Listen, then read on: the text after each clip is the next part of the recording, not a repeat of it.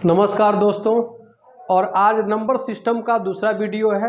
पहले वीडियो में केवल बेसिक जितने भी फार्मूला थे और जितने भी परिभाषा थे मैं वो सबको आपको बता दिया हूँ। उन परिभाषा पे ही आधारित जो है प्रश्न कैसे एग्जाम में पूछे आते हैं और क्या पूछे आते हैं वो सारा जो है इस वीडियो में डिस्कशन किया जाएगा।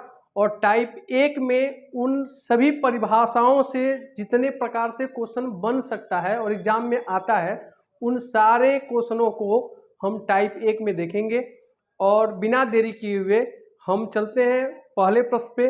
और इस पहले प्रश्न को हम पढ़ेंगे और जितने भी हम परिभाषा पहले वीडियो में बताए हैं उन परिभाषाओं को जहां पे आएगा उसको हम रिवीजन करते चलेंगे। और साथ में आपको लगेगा कि जितना भी बताया गया था वो सब का सब आपको क्या होगा, याद हो जाएगा। आपको याद करने की कोई जरूरत नहीं है। आपको क्वेश्चन कराते समय ही आपको जो है ध्यान से सुनेंगे तो सारी चीजें क्या हो जाएंगी, याद हो जाएंगी।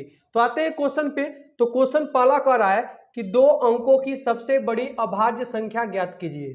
तो मैं आपको बताया था कि अभाज्य संख्या उन संख्याओं को कहते हैं जो खुद से कटे और 1 से कटे, उन संख्याओं को हम क्या कहते हैं, अभाज्य संख्या कहते हैं। तो ये आपको पढ़ा चुका हूं। तो इसमें देखिए ये 93 कटेगा कि नहीं कटेगा, तो आप देख रहे हैं कि 93 आपका क्या होगा, कट जाएगा।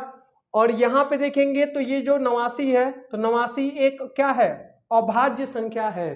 क्योंकि 91 देखेंगे तो 91 कट जाएगा, ये 3 से कटेगा, ये 7 से कटेगा। और देखिए ये आपका ये भी एक क्या है, अभाज्य संख्या है। क्योंकि इसमें बोला है कि 2 अंकों की सबसे बड़ी अभाज्य संख्या कौन सा है, तो ये सबको पता है कि 2 अंकों की जो सबसे बड़ी अभाज्य संख्या होता है वो 97 होता है। तो इसलिए जो इसका ऑप्शन सही होगा वो ऑप्शन नंबर क्या होगा, डी होगा। अब इसी क्रम में दूसरे प्रश्न को देखेंगे। तो दूसरा प्रश्न कह रहा है कि सबसे छोटी अभाज्य संख्या और 0 को छोड़कर किसी भी पूर्ण संख्या का गुणनफल क्या होगा। ये बहुत ही शानदार क्वेश्चन पूछा गया है।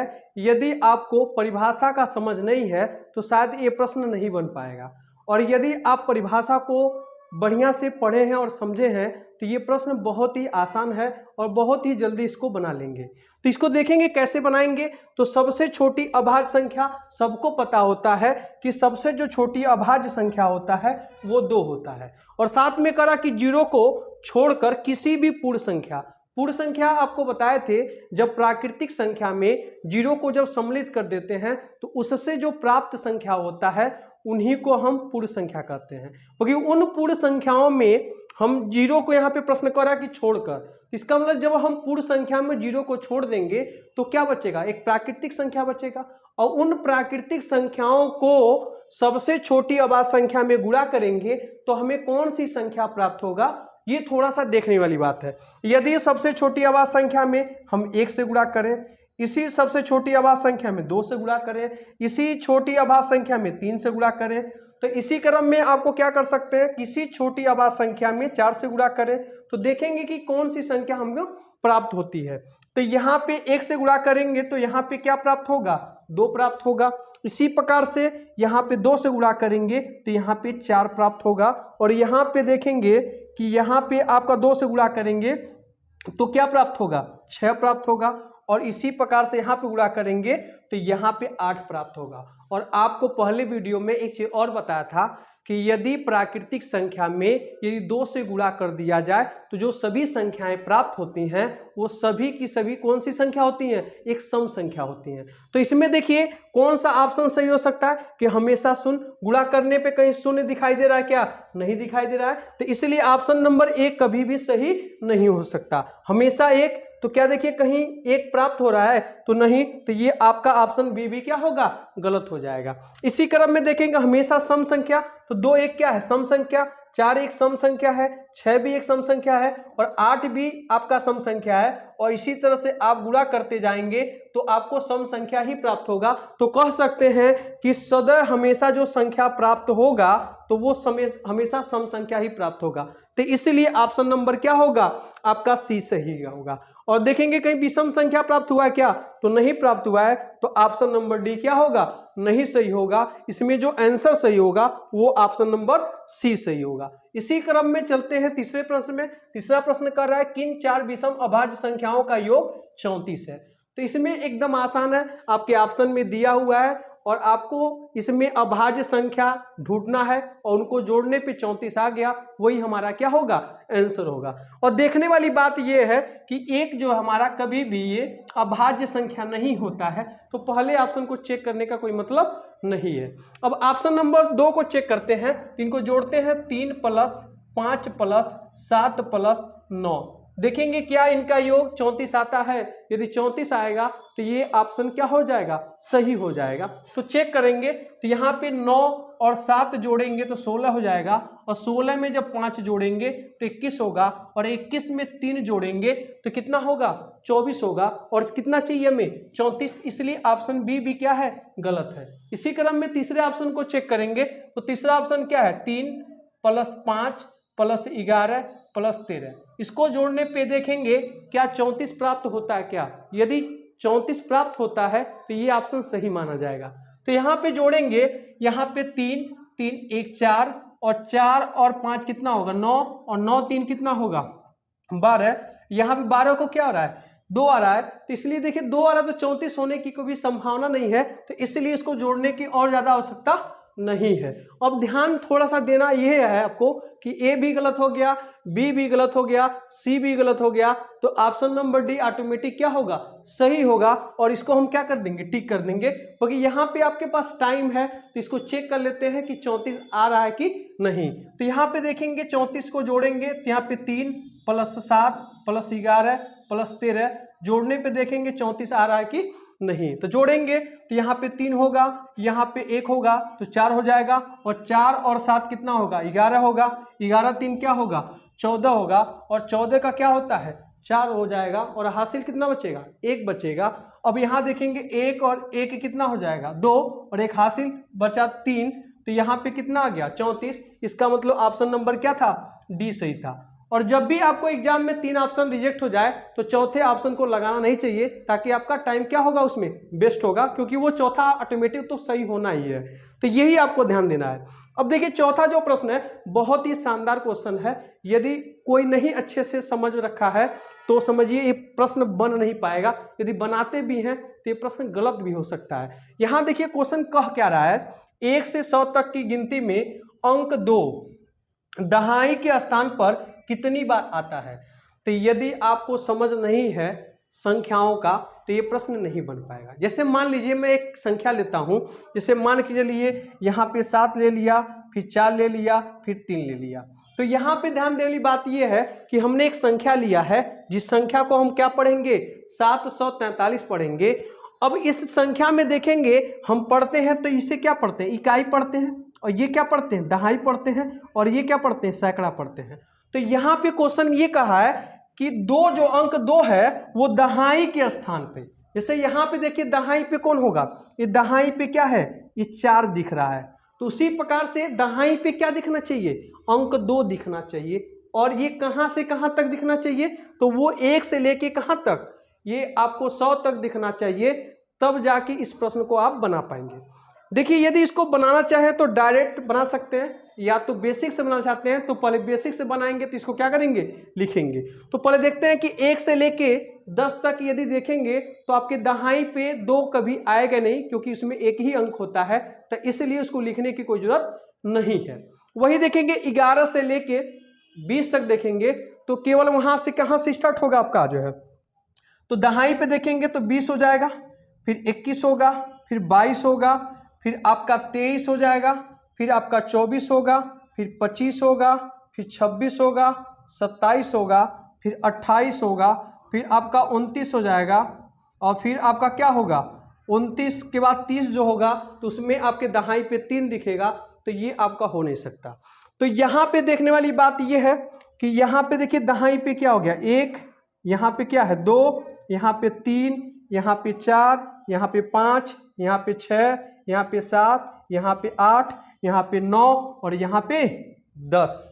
तो यहाँ पे देखिए अब इसके अलावा कहीं पे भी दहाई के अंक पर 2 नहीं दिखेगा, तो यही आपको समझना है। और ध्यान देने बात है यहाँ पे 2 बार है, बाकी 2 बार तो है, बाकी दोनों बार काउंट नहीं होगा। क्यों नहीं काउंट होगा, क्योंकि वो बोल चुका कि अंक जो 2 है वो कहाँ होना चाहिए, दहाई पे होना चाहिए। बाकी एक अंक इस पे कहाँ पे है, इकाई, और इकाई से हमें कोई मतलब नहीं है क्योंकि हमें दहाई पे 2 चाहिए। तो इसीलिए आप ध्यान देंगे तो यहाँ पे सभी को यदि दहाई को गिनेंगे तो कितनी बार आया है, तो 10 बार आया है।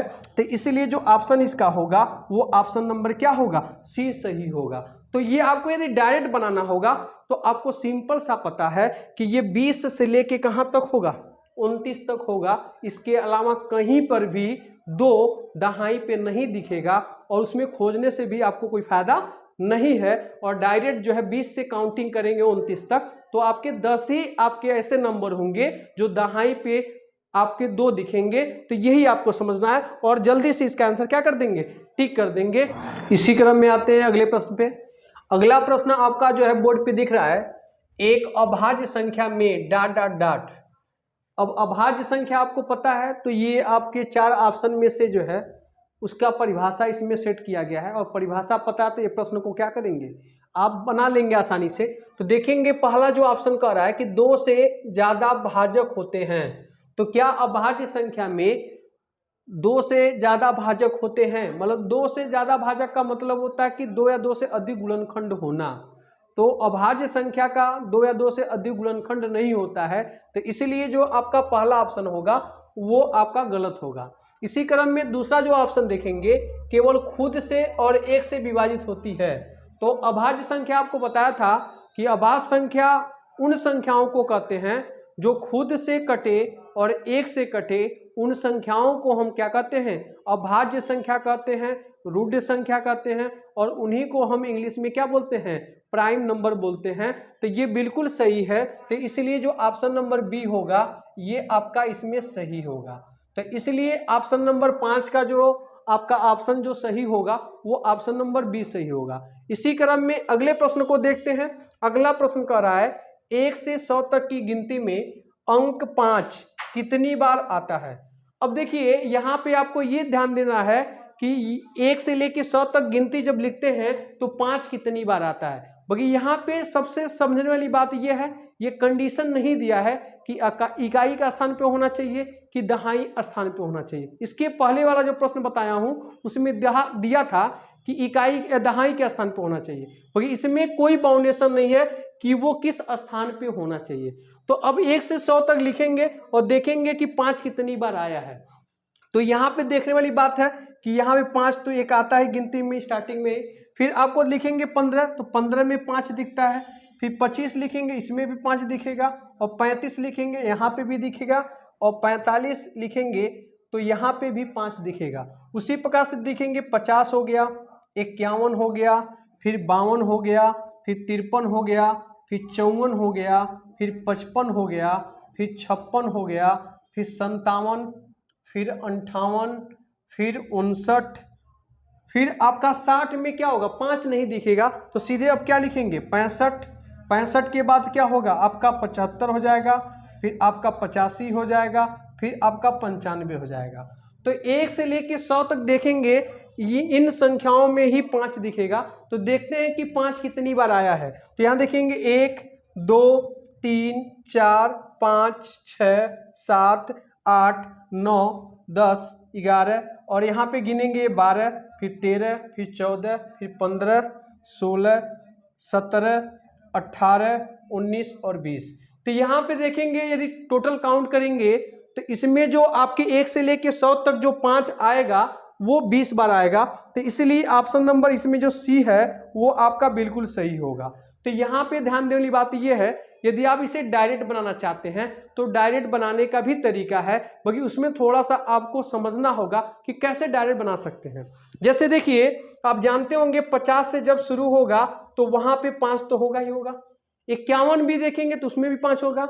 तो कहने का मतलब यदि 50 से शुरू करते हैं और ये 59 तक होगा तो ये आपका जो है कितनी बार होगा, 10 हो जाएगा। और 55 में 2 बार आता है तो कहेंगे कि 50 से लेकर 59 तक आपके टोटल जो संख्या होगा 5 वो 11 बार होगा। तो 11 बार तो ये सीधे सीधे काउंट हो गया। अब देखेंगे 50 से पहले आप देखेंगे तो 50 से पहले केवल 4 बार आपका कितने बार जो है 1 2 3 4 5 बार आ गया। तो इसका मतलब जो है 50 से पहले कितना आ गया, 5 आ गया। और देखेंगे 60 के बाद कितनी बार आएगा, तो 60 के बाद देख लेंगे 1 2 3 4, तो 4 बार आ गया। तो कुल मिला के 50 से लेके 59 तक 11 बार, और फिर 50 से कम जो है आपका 5 बार आएगा, और 60 के बाद जो है जो 5 आएगा वो 4 आएगा। तो जोड़ेंगे तब भी डायरेक्ट आपका कितना लिख सकते हैं 20। तो इसलिए आपका जो ऑप्शन होगा वो आपका सी होगा। तो इसी क्रम में अगले प्रश्न पे चलते हैं। अगला प्रश्न क्या कर रहा है, निम्न में से कौन से जोड़े 100 अभाज्य है। अब यहाँ पे 100 अभाज्य संख्या नहीं आपको पता है तो शायद ये प्रश्न नहीं बन पाएगा। इसीलिए पहले वीडियो में हम पूरी जो बेसिक आपका परिभाषा था सब समझा दिया हूं, फिर भी यहाँ पे समझाऊंगा ताकि आपको पूरे अंत तक वीडियो देखते देखते सारे परिभाषा क्या हो जाएंगे, याद हो जाएंगे। तो यहाँ पे ध्यान देने वाली 100 भाज्य संख्या क्या होता है। 100 भाज्य संख्या उन संख्याओं को कहते हैं कि दो संख्याओं का मौसौ यदि एक मिल जाएगा तो वह दोनों संख्याएं आपस में 100 भाज्य संख्या कहलाएंगी। तो यहाँ पे देखेंगे किसका मौसौ एक आएगा वही आपका 100 भाज्य संख्या होगा। तो यहाँ पे जो छोटा नंबर होता है पहले उनको चेक करते हैं, यदि उन्हीं का मौसौ एक मिल गया तो हमारा आंसर सही माना जाएगा। उसके बाद नहीं मिलता है तो अन्य ऑप्शन को चेक करेंगे कि जहां पे दो संख्याओं का मौसौ एक मिलेगा वही हमारा क्या हो जाएगा, दोनों संख्याएं आपस में 100 भाज्य संख्याएं हो जाएंगी। तो इसी क्रम में हम डायरेक्ट सी को चेक करते हैं, और सी को जब चेक करेंगे तो यहाँ पे 59 और 97 है। यदि दोनों का हम क्या निकालें, इनका क्या निकालें, मौसौ निकालें, तो आप लोग मौसौ निकालेंगे तो मौसौ का मतलब होता है वह बड़ी से बड़ी संख्या जो दी गई संख्याओं को क्या कर दे, पूरा पूरा काट दे। तो कोई ऐसा नंबर बताइए जो दोनों को काट दे। तो ऐसा कोई नंबर नहीं है कि जो 59 और 97 को काट दे। तो आपको पता है कि जब कोई ऐसी संख्या है ही नहीं तो इनका मौसौ क्या होता है, एक होता है। तो इसीलिए इन दोनों संख्याओं का मौसौ क्या होगा, एक होगा। इसीलिए ये दोनों संख्याएं आपस में कैसी संख्या कहलाएंगी, तो 100 अभाज्य संख्या कहलाएंगी। तो इसीलिए इसका आंसर जो होगा वो आपका ऑप्शन नंबर क्या होगा, सी सही होगा। तो ये आपको पहले पता होना चाहिए कि 100 भाज्य संख्या क्या होगा, और आसानी से इस प्रश्न को क्या करेंगे, बना लेंगे। इसी क्रम में 8वें प्रश्न पे चलते हैं। तो 8वां जो प्रश्न कह रहा है निम्न में से कौन सी संख्या भाज्य है। तो यहाँ पे देखिए, यहाँ पे बिना परिभाषा जाने हम प्रश्न को नहीं बना पाएंगे। इसीलिए आपको परिभाषा भली भांति क्या होना चाहिए, पता होना चाहिए, तभी इस प्रकार के क्वेश्चन को बनाया जा सकता है, अन्यथा नहीं बन पाएगा। तो यहाँ पे आपको बताया था कि भाज्य संख्या उन्हीं संख्याओं को कहते हैं जो किसी अन्य संख्याओं से क्या हो, कट जाए। तो अन्य संख्याओं से जो संख्या कटता है उन्हीं संख्याओं को हम क्या कहते हैं, भाज्य संख्या कहते हैं, मतलब कंपोजिट नंबर कहते हैं। तो यहाँ पे ऐसा चेक करिए नंबर जो किसी अन्य संख्या से कट जाए, और जैसे ही अन्य संख्या से कटेगा तो वो संख्या क्या हो जाएगा, वह एक प्रकार का भाज्य संख्या होगा। तो यहाँ पे चेक ये करेंगे कि कौन कट सकता है। तो ये 719 लिखा हुआ है, ये 709 लिखा है, और ये 729 लिखा हुआ है, और ये 739। यदि थोड़ा भी आप मैथ पढ़ते हैं तो आप समझ जाएंगे कि ये आपका जो 729 है ये 3 से कट जाएगा, 9 से भी कट जाएगा, और 81 से भी कट जाएगा। और साथ ही ये भी जानते होंगे कि जो 729 है ये 9 का क्यूब भी होता है, ये सबको पता होगा। और साथ ये भी जानते होंगे कि ये 27 का स्क्वायर भी होता है। तो जब आपको पहले से पता है कि ये 9 का क्यूब होता है और 27 का स्क्वायर होता है तो शायद ये अन्य संख्या से कटेगा। तो ज्यादा ऑप्शन न ढूंढते हुए सीधे हम क्या कर देंगे, ऑप्शन नंबर सी को क्या कर देंगे, टिक कर देंगे। इससे आपको एग्जाम में क्या होगा, टाइम बचेगा। तो इसीलिए आपको स्क्वायर और क्यू तो पता ही होना चाहिए, ताकि इस तरह के प्रश्न को बनाने में बहुत ही क्या होगा, आसानी होगा। तो इसी क्रम में आते हैं अगले प्रश्न पे। अगला प्रश्न आपका लिखा हुआ है, पहले 100 प्राकृतिक संख्याओं में कितना अभाज्य संख्याएं हैं। तो ये आपको बता चुका हूं कि 1 से लेके 100 तक अभाज्य संख्याओं की जो होता है, संख्या जो होता है वो आपका 25 होता है। तो आपको बताए होंगे कि 1 से लेके 100 तक संख्याओं में जो अभाज्य संख्याएं होती हैं वो 25 होती हैं। कौन कौन से होती हैं बता चुका हूं, फिर बता रहा हूं। 2, फिर 3, फिर 5, फिर 7, फिर 11, फिर आपका 13, फिर आपका हो जाएगा 17, फिर आपका होगा 23, फिर हो जाएगा 29, फिर होगा 31, फिर हो जाएगा आपका 37, फिर हो जाएगा आपका 41, फिर हो जाएगा 43, फिर हो जाएगा 47, फिर हो जाएगा आपका 53, फिर आपका हो जाएगा 59, फिर आपका हो जाएगा 61, फिर हो जाएगा 67, फिर हो जाएगा आपका 71, फिर हो जाएगा 73, फिर आपका 79, फिर आपका 83, फिर 89, फिर आपका 97। तो ये आपको 1 से लेके 100 तक देखेंगे। अभाज्य संख्याओं को यहाँ पे लिखना चाहेंगे तो देखिए यहाँ पे लिखा गया है। तो 1 2 3 4 5 6 7 8 9 10 11 12 13 14 15 16 17 18 19 20 21 22 23 24 और देखिए यहीं पे कहीं एक छूट गया होगा लिखने में, तो 2 3 5 7 आपका 11 13 17 19 23, यहाँ पे देखिए 19 छूटा हुआ है तो यहाँ पे 19 होगा। तो यहाँ पे गिनेंगे तो टोटल आपके 25 संख्या जो होंगे 1 से लेके 100 तक। तो इसीलिए ऑप्शन नंबर क्या होगा, ए आपका सही होगा। और अभाज्य संख्या आपको पता है कि जो खुद से कटे और किसी अन्य संख्या से न कटे तो उन संख्याओं को हम क्या कहते हैं, अभाज्य संख्या कहते हैं। तो इसी क्रम में अगले प्रश्न को देखते हैं कि निम्नलिखित समुच्चयों में से कौन सा 100 अभाज्य संख्याएं बनाता है। तो इन 4 ऑप्शन में से वो कौन सा संख्या है जो 100 अभाज्य संख्या है। 100 अभाज्य संख्या का मतलब ऐसी दो संख्याएं जिनका मौसा क्या हो, 1 हो। तो अब देखेंगे इनका यदि मौसा निकालें तो यहाँ पे इनका जो मौसा निकालेंगे तो यहाँ पे 12 और 7 का मौसा कितना होगा, 1 होगा। और वही हमें चाहिए कि 2 ऐसी संख्याएं होनी चाहिए कि जिनका मौसा क्या हो, 1 हो। तो इसीलिए इसका आंसर जो होगा वो आपका ए हो जाएगा। इसे देखेंगे बी क्यों नहीं हो सकता। कुछ लोग के दिमाग में होगा कि बी क्यों नहीं हो सकता, तो बी इसलिए नहीं हो सकता क्योंकि यदि इसका मौसा निकालेंगे तो इसका मौसा कितना आएगा, 21 आएगा। और मौसा कितना आना चाहिए, तो आपका आना चाहिए, आपका 1 आना चाहिए, क्योंकि यहाँ पे मौसा क्या है, आपका 21 है। यदि इसका मौसा निकाला जाए तो इसका जो मौसा होगा वो आपका 3 होगा। और यहाँ पे आपका 1 दिख रहा है क्या, नहीं दिख रहा है। यहाँ पे यदि इसका मौसा निकाले तो इसका भी जब मौसा निकालेंगे आप तो इसमें आपका 43 है। तो देखेंगे तो आपका ऑप्शन नंबर 1 मात्र ऐसा ऑप्शन है जिनका मौसा क्या है, 1 है। इसीलिए 7 और 12 जो संख्याएं हैं ये आपस में 100 अभाज्य संख्या कहलाएंगी। इसीलिए इसका ऑप्शन नंबर 1 क्या है, बिल्कुल राइट आंसर है। इसी क्रम में अगले प्रश्न को देखेंगे, इनमें से कौन एक विषम भाज्य संख्या है। और देखिए यहाँ पे भाज्य संख्या यदि आपको बढ़िया से तैयार नहीं है तो शायद ये क्वेश्चन आपको बिल्कुल नहीं समझ में आएगा। यदि भाज्य संख्या आपको अच्छे से तैयार है तो ये प्रश्न कभी गलत भी नहीं होगा। तो यहाँ ध्यान देने वाली बात यह है, इनमें से कौन एक विषम भाज्य संख्या है। तो यहाँ पे देखिए भाज्य संख्या का मतलब होता है कि वो संख्या है जो अन्य संख्याओं से कट जाए, या ये भी कह सकते हैं जिनका 2 या 2 से अधिक गुणनखंड हो उसे भाज्य संख्या कहते हैं।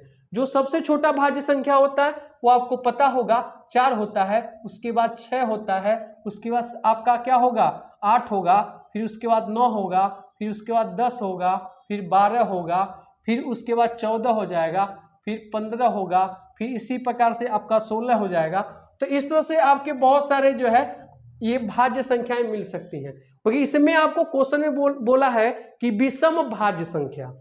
विषम का मतलब होता है कि आपको जो 2 से 9 कटता हो उन संख्याओं को हम विषम संख्या कहते हैं। तो यहाँ पे देखेंगे तो ये देखिए आपको 12 कभी सही हो सकता है क्या, नहीं सही हो सकता क्योंकि वो एक सम संख्या है। अब देखेंगे सबसे छोटा, अब देखिए 13 क्या है, ये आपका जो है ये अभाज्य संख्या है, तो ये कभी भी ऑप्शन नहीं सही हो सकता। 17 भी क्या है, तो ये भी आपका क्या है, एक प्रकार से अभाज्य संख्या है। भाज्य केवल इसमें आपका 2 ही चीज दिख रहा था, एक सी और डी।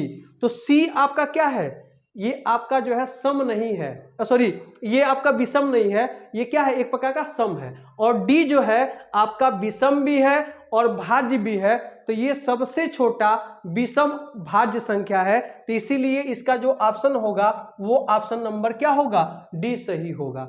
अगले प्रश्न में चलते हैं। तो अगला प्रश्न लिखा हुआ है, धनात्मक पूर्णांकों 60 और 100 के बीच कितनी अभाज्य संख्याएं हैं। तो यदि आपको 1 से लेकर 100 तक कौन कौन सी अभाज्य संख्या होता है तो ये प्रश्न बनाने में कभी कठिनाई नहीं होगा।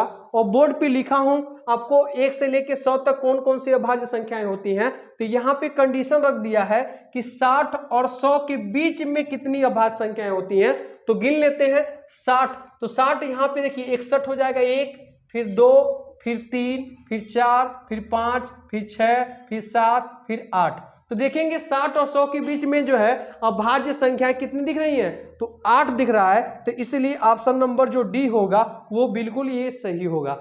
अब आते हैं अगले प्रश्न पर।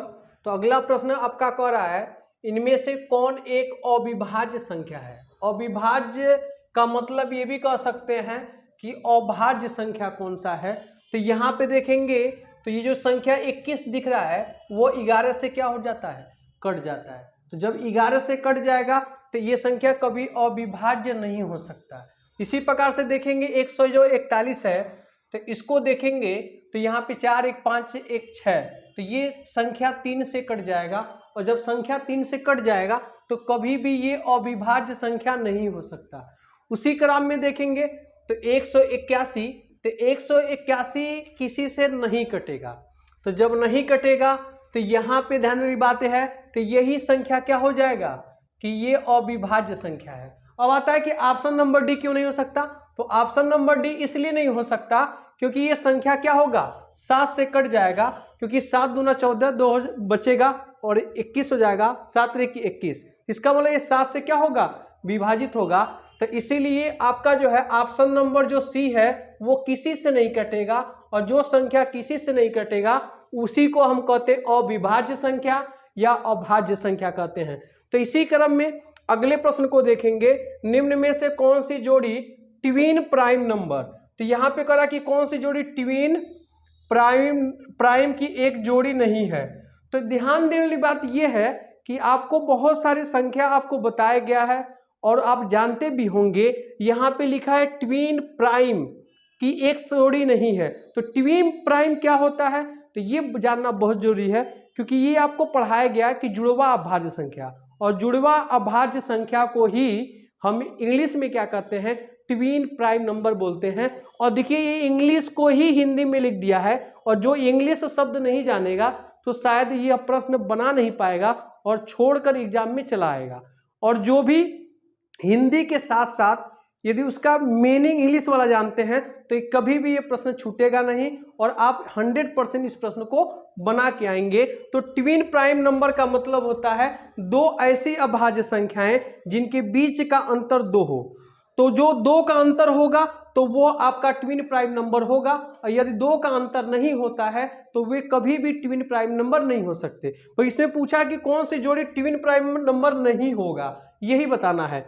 तो देखेंगे आपका 11 एक अभाज्य संख्या है और 13 भी अभाज्य संख्या है, और यदि इनके बीच का अंतर देखेंगे तो 2 आएगा। और जब 2 अभाज्य संख्याओं के बीच का अंतर 2 होता है तो वो एक ट्विन प्राइम नंबर होता है। बाकी ये पूछा है कि कौन नहीं होता है, उसको छांटना है। अभी देखेंगे 71 भी आपका एक अभाज्य संख्या है और 73 भी एक अभाज्य संख्या है, और इनके बीच का अंतर देखेंगे तो ये भी 2 है। तो ये भी दोनों आपस में क्या है, एक ट्विन प्राइम नंबर हैं। इसी प्रकार से यहाँ पे देखेंगे इनके बीच का अंतर यदि देखें तो इनके बीच का अंतर तो 2 है। बाकी क्या ये चेक करिए कि दोनों संख्याएं क्या अभाज्य संख्या है कि नहीं है। तो 131 है वो एक अभाज्य संख्या है। बाकी देखेंगे जो 133 है ये आपका अभाज्य संख्या नहीं है, क्योंकि ये 7 से भी कर सकता है और 19 से भी कर सकता है। तो जो संख्या किसी अन्य संख्या से कट जाता है तो वो कभी भी अभाज्य संख्या नहीं होगा। और आपके ट्विन प्राइम नंबर में ये कंडीशन होता है कि दोनों संख्या अभाज्य होना चाहिए और साथ ही में आपका उसके बीच का अंतर 2 होना चाहिए। तो यहाँ पे तो एक कंडीशन फॉलो कर रहा है, इनके बीच का अंतर 2 है, बाकी दोनों संख्याएं अभाज्य संख्याएं नहीं है, क्योंकि ये तो अभाज्य संख्या है बाकी ये आपका अभाज्य संख्या नहीं है। तो यही एक ऐसा जोड़ा लग रहा है कि आपका ट्विन प्राइम नंबर नहीं होगा। और यहाँ देखिए इनके बीच का अंतर देखेंगे तो 2 होगा, और दोनों जो संख्याएं हैं वो एक प्रकार की अभाज्य संख्याएं हैं। तो जब दोनों आपका अभाज्य संख्याएं हैं और इनके बीच का अंतर भी 2 है तो इसलिए ये ट्विन प्राइम नंबर होंगे। तो इसमें ऑप्शन नंबर जो सी है ये ट्विन प्राइम नंबर नहीं है, और बाकी ए बी और डी ये आपके ट्विन प्राइम नंबर हैं। तो इसलिए ऑप्शन नंबर क्या होगा, सी सही होगा। इसी क्रम में अगले प्रश्न को देखेंगे तो निम्न में से कौन सी 1 से 20 तक अंकों में अभाज्य अंक श्रृंखला है। इसका मतलब 1 से 20 तक आपको अभाज्य संख्या के बारे में पता है कि नहीं। तो यहाँ पे देखेंगे तो आपको पता होना चाहिए कि आपको जो अभाज्य संख्या कहाँ से शुरू होता है। तो आपको पता है कि आपको जो एक होता है ना तो भाज्य होता है ना ही अभाज्य होता है, तो इसलिए कभी भी एक से शुरू नहीं हो सकता। और देखिए ऑप्शन नंबर जो डी में वो एक से शुरू दिख रहा है, तो ये कभी भी ये आपको अभाज्य श्रृंखला में नहीं आ सकता है। तो इसीलिए ऑप्शन नंबर डी तो उसी तरह से क्या होगा, आपका गलत हो जाएगा। अब आता है कि कहां से शुरू होता है, तो 2 से शुरू होता है, और यहां देखिए 3 से शुरू है, तो ये भी आपका जो है कभी भी नहीं हो सकता है। तो ये तो क्लियर हो गया कि जो अभाज्य संख्या होता है वो 2 से शुरू होता है। तो अब देखेंगे तो 2 यहां भी है और 2 यहां पे भी है। अब दोनों में कौन सा सही है, तो ये ध्यान देने वाली बात यह है कि 2 के बाद देते हुए 3 आता है, बाकी यहाँ पे 3 है ही नहीं, तो इसलिए ऑप्शन नंबर बी भी क्या होगा, सही नहीं होगा। तो इसलिए देखेंगे कि ऑप्शन नंबर सी को देखेंगे तो 2 फिर 3 फिर 5 फिर 7 फिर 11 फिर 13 फिर 17 फिर 19, तो देखेंगे कि 1 से 20 तक जो है यही आपके क्या होते हैं, अभाज्य संख्याएं होते हैं। तो इसीलिए ऑप्शन नंबर सी क्या होगा, एकदम आपका राइट आंसर होगा। तो यही आपको ध्यान देना है कि कैसे प्रश्न को बनाना है। तो इसी क्रम में अगले प्रश्न को देखेंगे हम। अगला प्रश्न हमारा कह रहा है कि निम्न संख्याओं में से संयुक्त संख्या कौन सी नहीं है। अब समझने वाली बात है कि संयुक्त संख्या क्या होता है, ये बहुत बड़ा टॉपिक हो गया उनके लिए जिनको पता ही नहीं है कि संयुक्त संख्या क्या होता है। यदि आपको संयुक्त संख्या के बारे में नहीं पता है तो शायद यह प्रश्न आपका कभी भी बन नहीं पाएगा। तो संयुक्त संख्या का मतलब एक प्रकार से ये भी कह सकते हैं कि अभाज्य संख्या। तो अभाज्य संख्याओं को हम अलग अलग नामों से जानते हैं। कोई अभाज्य संख्या को रूट संख्या भी कहता है, इंग्लिश में इसे प्राइम नंबर भी बोलते हैं, और एक और नाम आता है जिसे बोलते हैं संयुक्त संख्या भी बोल सकते हैं। तो संयुक्त संख्या का मतलब एक प्रकार का होता है कि अभाज्य संख्या। तो आपको अभाज्य संख्या सबको पता है, बाकी ये नहीं पता है कि अभाज्य संख्या को ही हम संयुक्त संख्या भी कहते हैं। तो इसलिए जब नहीं जानेंगे शब्दावली को तभी भी ये प्रश्न बना नहीं पाएंगे। तो यहाँ पे देखिए, और जब आपको ये पता चल गया कि संयुक्त संख्या कोई नई संख्या नहीं है, हम अभाज्य संख्या को ही हम संयुक्त संख्या कहते हैं, तो ये प्रश्न आपका आसान हो गया और 100% इस प्रश्न को आप क्या करेंगे, एग्जाम हॉल में बना के आएंगे। तो देखेंगे कौन सी इसमें संख्या है कि जो अभाज्य संख्या है वही अभाज्य संख्या को हम संयुक्त संख्या भी कहते हैं, वही हमारा क्या होगा, आंसर होगा। तो देखेंगे 209, तो 209 को देखेंगे, आपको पढ़ाए थे अभाज्य संख्या, तो इसमें आपको जो ऑप्शन नंबर डी दिख रहा है 100 आपका 9, ये किसी भी संख्या से क्या होगा, नहीं कटेगा, और इसीलिए आपका ऑप्शन नंबर डी इसमें क्या होगा, सही होगा। और ये आपका, ये भी आपका कट जाएगा, और ये भी आपका कट जाएगा, और ये भी आपका कट जाएगा। इसीलिए आपका जो है ऑप्शन नंबर ए नहीं हो सकता, बी भी नहीं होगा, सी भी नहीं होगा। जब भी होगा तो इसमें ऑप्शन नंबर क्या होगा, ये आपका डी होगा। तो एक चीज आप तो समझ गए होंगे कि यदि आप कितना भी पढ़ लीजिए और उसको रिवीजन नहीं करिए तब भी आपको प्रश्न नहीं बन सकता। यदि शब्दावली का ज्ञान नहीं है तब भी ये प्रश्न नहीं बनेगा, क्योंकि आपको सबको पता है अभाज्य संख्या क्या होता है, कैसे ढूंढना ये भी पता है, बाकी ये नहीं पता हो कि हम अभाज्य संख्या को ही संयुक्त संख्या कहते हैं, तब भी ये प्रश्न आपका नहीं बन पाएगा। तो आपको जितना भी क्वेश्चन बताया गया है आपको समझ में आ गया होगा। तो पहले वीडियो में आपको परिभाषा बताया गया और दूसरे वीडियो में उन्हीं परिभाषा पे आधारित जो प्रश्न थे वो टाइप 1 करके आपके इसमें 16 प्रश्न डिस्कशन किया गया है। और शायद पहले वीडियो को आप परिभाषा भली बात यदि समझ गए होंगे तो इसमें आपको कहीं भी दिक्कत नहीं होगा, और आपको इम्पोर्टेंट सारे क्वेश्चन कराए गए हैं वो सारे एग्जाम में पूछे जाते हैं। अब इसके बाद जो वीडियो बनेगा उसमें भी आपको महत्वपूर्ण क्वेश्चन कराए जाएंगे और 3 से 4 वीडियो में कंप्लीट नंबर सिस्टम को पढ़ा दिया जाएगा और आपकी संपूर्ण तैयारी हो जाएगा। अब यदि मान लीजिए आप यूपीपी का एग्जाम देते हैं या एसएससी जीडी का एग्जाम देते हैं तो 100% नंबर सिस्टम से यदि प्रश्न बनता है तो 100% आप बना के आएंगे, और आशा रखिए कि बहुत ही सरल भाषा में सारे टॉपिक कवर कराए जाएंगे और आपको लगेगा भी नहीं कि मैथ इतना आसान भी हो सकता है। तो बिल्कुल मैथ बहुत ही आसान है, बस ये है कि आप थोड़ा सा प्रयास करिए अपनी तरफ से समझने के लिए। बाकी सारा काम जो है मैं कर दूंगा, बस आप निरंतर लगे रहिए और एक एक क्वेश्चन को ध्यानपूर्वक देखिए और पहले ये प्रयास करिए कि वीडियो को रोककर आप अपनी तरफ से बनाने का प्रयास करिए और उसके बाद देखिए कि हम क्या बना रहे हैं और क्या बनाया गया है और हमारी तरफ से क्या आंसर है और क्या आंसर वास्तव में है। इस तरह से करेंगे तो आपको बहुत ही शानदार मैथ आपको आ जाएगा और 100% कहीं पे भी यदि मैथ का क्वेश्चन बनता है तो आप बहुत ही शानदार तरीके से बनाएंगे। और यही बातों पे हम अपनी बातों को विराम करते हैं। जय हिंद।